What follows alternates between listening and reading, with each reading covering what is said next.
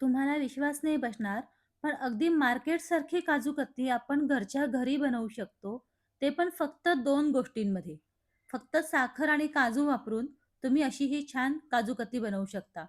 अगदी सेम मार्केटसारखी लागते आणि खूप अप्रतिम होते आणि बनवायला एकदम साधी सोपी आहे. कशी बनवायची ते तुम्हाला सांगते. इथे मी साधारण 250 ग्रॅम काजू घेतलेले आहेत. त्याच्यामध्ये पाणी घालायचं आणि 3 ते 4 तास भिजत ठेवायचं. ही रेसिपी काजू कतलीची जरा वेगळी आहे. म्हणजे बाहेर कसं बनवतात, की काजू जे असतात त्याची पावडर तयार करतात मिक्सरमधून आणि नंतर काजू कतली बनवली जाते. पण ही जरा वेगळ्या पद्धतीने मी बनवतीये. तर इथे आपण भिजवून ठेवायचे काजू. आता भिजल्यानंतर बघा हे अशा पद्धतीने भिजले जातात. आता हे भिजलेले काजू जे आहेत ना, ते मिक्सरमध्ये घालायचे. पाणी जरासुद्धा घालायचं नाही. मिक्सरमध्ये काजू घालायचे आणि फिरवून घ्यायचे. थोडं फिरवून घेतले ना, की मग काय करायचं हे मिक्सरमध्येच ठेवायचंय. आता ह्याच्यामध्ये आपल्याला साखर घालून घ्यायची आहे. तर ती हे मिक्सरमध्ये ठेवून थोडंसं फिरवून घ्यायचं. जेवढं फिरवता येईल तेवढं म्हणजे बारीक करून घ्यायचं आणि मग नंतर काय करायचं, आता हे 250 ग्रॅम जे काजू आहेत ना, त्यासाठी आपल्याला 200 ग्रॅम पिठी साखर घ्यायची. म्हणजे 250 ग्रॅमला 200 ग्रॅम आपल्याला पिठी साखर घ्यायची आहे. आता ही पिठी साखर आहे ना, हे थोडंसं जे आपण फिरवून घेतलेलं आहे ना मिक्सरमधून, जेवढं जमेल तेवढं बारीक करून घ्यायचं आणि मग याच्यामध्ये थोडी-थोडी पिठी साखर घालायची आणि पल्स मोडवरती आपल्याला मिक्सर चालू बंद करून ते बारीक करायचे. आता हे बघा इथे मी साधारण 3-4 चमचे ह्याच्यातली घालून घेतली आहे पिठी साखर. आता हे मिक्स करून घ्यायचं ह्या काजूमध्ये. मिक्स करून झाल्यानंतर मग नंतर काय करायचं झाकण लावून याला बंद चालू करून फिरवून घ्यायचंय आपल्याला. बनवायला अतिशय सोपी रेसिपी आहे. खूप काही जास्त म्हणजे तामझाम नाहीये ह्याला किंवा खूप जास्त लेंदी प्रोसेस नाहीये. पटकन तयार होते. ही जरा वेगळी पद्धत आहे, पण नक्की या पद्धतीने तुम्ही करून बघा. आता हे बघा मी इथे मिक्सरमधून बारीक करतेय. आता हे थोडंसं बारीक झालं ना, की उरलेली जी साखर आहे ना, ती पण लगेचच ह्याच्यामध्ये घालून घ्यायची.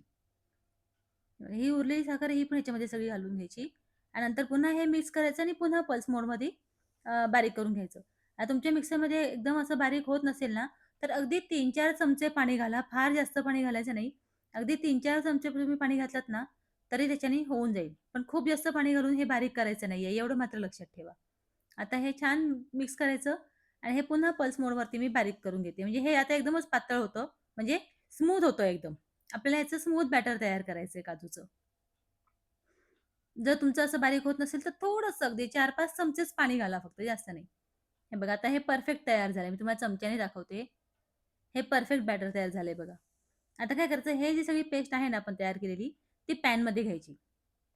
पॅनमध्ये काढून मग आपल्याला हे गॅसवरती शिजवून घ्यायचे. फार काही याला इन्ग्रीडियंट्स पण लागत आहेत. फक्त 2 गोष्टींमध्ये आपली ही काजू कतली तयार होते आणि तुम्हाला विश्वास बसणार नाही, पण अगदी म्हणजे तुम्हाला घरी बनवलीत ना तुम्ही, तर सगळे विचारतील की ही विकत आणलेली आहे का? इतकी अप्रतिम तयार होते. खूप सुंदर ही काजू कतली तयार होते. एकदा ह्या पद्धतीने करून तुम्ही खरंच नक्की बघा. आता इथे मीडियम गॅस केलेला आहे मी आणि मीडियम गॅसवरती हे थोडंसं असं हलवून घ्यायचं आणि मग ते साखर जी असते ना, ती त्याची विरघळायला लागते. थोडंसं पातळ होतं. मग ते कॉन्स्टंट असं हलवत-हलवत आहे ना, आपल्याला साधारण एक तुम्हाला सांगते 12 ते 15 मिनिटं आपल्याला हे असं हलवत राहायचंय. थोडंसं असं घट्ट गोळा तयार झाला पाहिजे याचा. हे बघा मी कॉन्स्टंट हे हलवते. हे मात्र एवढं मात्र आहे, की कॉन्स्टंट हलवायचं. नंतर स्टीलचं किंवा फ्राईंग पॅन तुम्ही घ्या. जाड बुडाचं भांडं घ्या म्हणजे कसं त्याला लागणार नाही. शक्यतो मी फ्राईंग पॅनमध्येच बनवते म्हणजे लागत नाही बिलकुलच. हे बघा आता हे घट्ट-घट्ट व्हायला लागलंय. असं घट्ट व्हायला लागलं ना, की मग आता आपण एकदा टेस्ट करून घ्यायचं. आता टेस्ट कसं करायचं याच्यातलं थोडंसं पीठ आहे ना, ते ह्याच्यावरती डिशवरती वगैरे किंवा वाटीवरती तुम्ही थोडंसं काढून घ्या असं एक छोटीशी गोळी.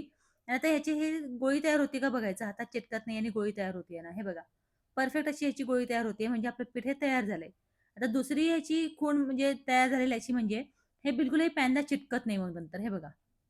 पटकन पॅन कसा एकदम साफ होतोय. म्हणजे हे पीठ जे आहे आपलं, मिश्रण जे आहे ते परफेक्ट आपलं तयार झालेलं आहे. आता काय करायचं, एखाद्या स्टीलच्या ताटाला किंवा स्टीलच्या कुठल्याही भांड्याला आहे ना, तूप लावून घ्यायचं आणि नंतर हे मिश्रण ह्याच्यावरती काढून घ्यायचं. स्टीलचं ताट आता मी इथे चॉपर घेतलेला आहे स्टीलचा माझा. त्याच्यावरती मी काढून घेते चॉपिंग पॅडवरती. स्टीलचा आहे त्याच्यामुळे ह्याच्यावरती घेतेय मी. आता हे सगळं मिश्रण मी ह्याच्यावरती काढून घेतेय बघा. पूर्ण जो पॅन आहे ना, तो पूर्ण साफ होऊन जातो. म्हणजे आपलं हे परफेक्ट तयार झालेलं आहे मिश्रण. हे बघा. आता हे सगळं काढून घ्यायचं ह्याच्यावरती आणि मग काय करायचं, डिशने किंवा प्लास्टिकच्या पेपरने मी शक्यतो टाळत होते प्लास्टिकच्या पेपर वापरण्याचं. म्हणून मी काय केलंय डिशलाच खालतून तूप लावलं आणि ते मिक्स करायचा प्रयत्न केला. म्हणजे फार व्यवस्थित जमलं नाही. तुम्हाला जर जमत असेल तर तुम्ही डिशनीच हे करा. मग शेवटी मी परत प्लास्टिक पेपर घेतला आणि प्लास्टिक पेपरनेच हे मिक्स केलं. प्लास्टिक पेपरने काय होतं आपल्याला हाताला ते लागतं ना पीठ, ते बरोबर परफेक्टली आपल्याला मळता येतं. म्हणून मला ते जमतं प्लास्टिकनी. पण मला बरेच कमेंट येतात, की प्लास्टिक फार वापरायचं नाही. म्हणून मी प्रयत्न केला होता डिशनी ते हे करायचा.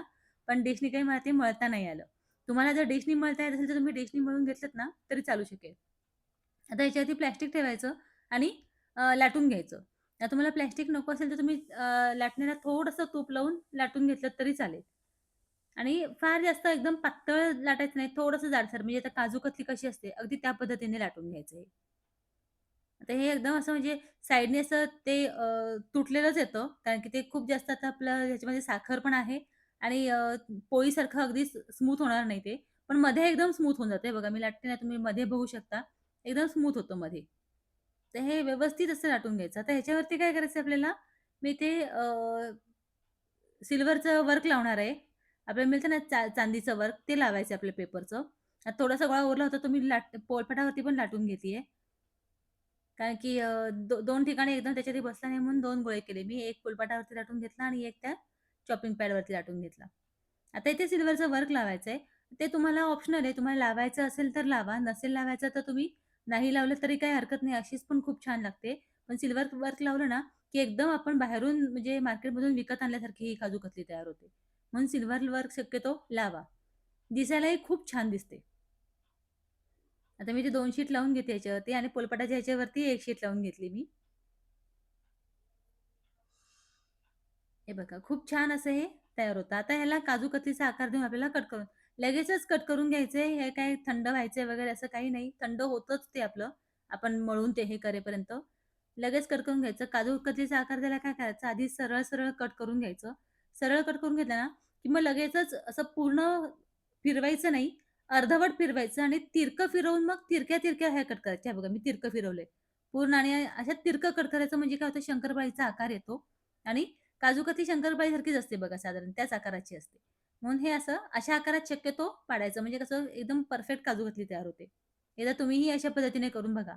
या रक्षाबंधनाला तुम्ही घरचीच काजू कतली बनवा असं मी तर म्हणेन. कारण की बनवायला खूप सोपी आहे. कोणीही सहज बनवू शकतं इतकी सोपी ही काजू कतली आहे. ही वेगळ्या प्रकारची आहे. नक्की बनवून बघा आणि रेसिपी कशी वाटली मला कमेंट करून नक्की सांगा. तुमची एक कमेंट आली ना, की मला खूप छान वाटतं. हे बघा, ही काजू कतली आपली मी एक काढून दाखवली तुम्हाला. किती छान तयार झाली. वाटतंय की नाही ही अगदी मार्केटसारखी आहे असं. खूप सुंदर तयार होते. हे बघा, मी आता ह्या सगळ्याच काजू कतली ह्याच्यातल्या काढून घेतेय. एकदम स्मूथ आणि एकदम छान अशी तयार होते आणि सहज निघतात. हे बघा, किती छान सहज निघतात त्या. तुम्हाला माझ्या रेसिपीज आवडत असतील तर इथे आठवण करून देते.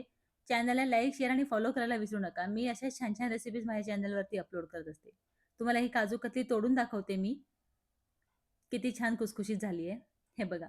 एकदम परफेक्ट काजू कतली तयार होते. तुम्ही एकदा नक्की बघा आणि मला कमेंट करून नक्की सांगा तुमची रेसिपी कशी झाली ते. मला खूप छान वाटेल. मस्त अशी आपली काजू कतली तयार झाली. भेटू पुढच्या रेसिपीमध्ये. तोपर्यंत बाय. Take care.